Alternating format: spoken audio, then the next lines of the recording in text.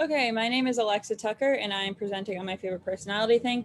For me, this topic was pretty easy to come up with just because I really enjoy being around children, and my future career path, hopefully, will to become a clinical child psychologist. So, the first thing, of course, I had to do a slide on John Piaget just because this was the first time I was ever exposed to anything that has to do with child developmental psychology. So for this project, I really wanted to focus on sensory motor, pre-operational, and conquering operational developmental areas, just because I feel as though, and I think John Piaget would agree, that formal operational is a little bit past childhood. So then I wanted to take a deeper dive really into personality and how children express their personality and where it comes from, how it develops, and how early.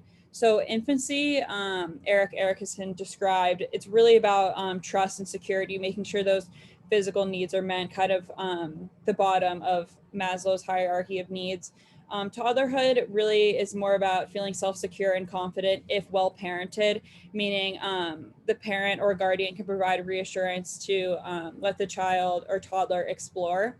Um, Preschool is really where they become more social, playing with other people or other children and cooperating. School age, I would consider, I guess, kindergarten, where they learn numbers, letters, they learn rules, self discipline, things like don't go bite another child or don't physically punch another child, things along those lines. Adolescence would be ages about 12 to 14, where they're exploring their identity and finding maybe a companion for the first time, or looking up to someone as a leader, whether that be their parents or an older sibling. So from there, I looked up different traits that can be identified in younger children and infants. So this is from the Child Development Institute, and they identify 9 temperamental traits: activity level, distractibility, intensity, regularity, sensory threshold, approach and withdrawal, adaptability, persistence, and mood. And what I thought was interesting about this was I always associated temperament with a negative connotation. You hear parents saying, "Oh, he's having a temper tantrum. He's in that stage. He's throwing temper tantrums." So I decided I'd look up the definition, and by definition, temperament is a set of inborn traits that organize the child's approach to the world.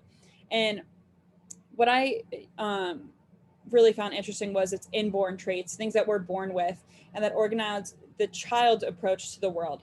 So this is really before environmental influences. It's how the child sees the world, and how are they received. This can be considered, good versus bad, when in reality it really shouldn't. Um, they could be received as good. Say, or let's take bad for an example. You see a really hyperactive child, and in some families, that can be perceived as very bad, and they can respond really negatively to that and give he, she, or they a punishment for that. When in reality, that's just the way the child sees the world. So they may react um, in a negative way because they don't understand why being hyperactive is essentially bad. So the parents can anticipate how they will approach these inborn traits, essentially. So, how do you handle a child's temperament? Well, there's a large debate over it because if you notice on the recent slide, it says, how are they received, whether not how are they perceived. So, how are these traits received in the environment that the children is in? So, there are a set of expectations in the household already. And if the child meets these expectations of the household, then essentially the personalities are compatible, um, and it leads to a goodness of fit where both the child and the parent are benefiting, and it's a healthy relationship. And even if maybe hyperactivity, again, if we're using the example, isn't really um, accepted in the household, then there are other means that you could use to get to this compatibility stage. So maybe, for example, if this child is feeling frustrated, so he is extremely hyperactive, the parent can say, "How are you feeling? Talk to me how you're feeling," and that would really lead to a more healthy means of communication, rather rather than being incompatible, which leads to personality conflicts. So if the child is hyperactive and frustrated, instead of talking through their problems, they would, throw things, scream at each other, and that would lead to some, again, more common problems. So childhood really shapes the beliefs of our world and ourself and, how we view the world.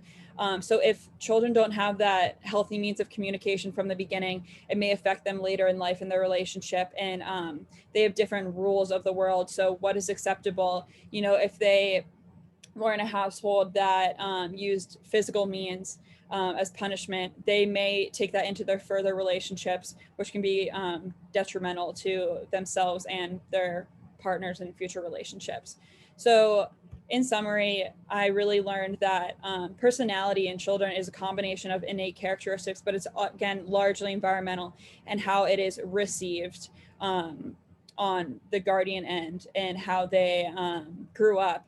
And again, this can have a detrimental or, again, very healthy, if possible, relationship with their adult self.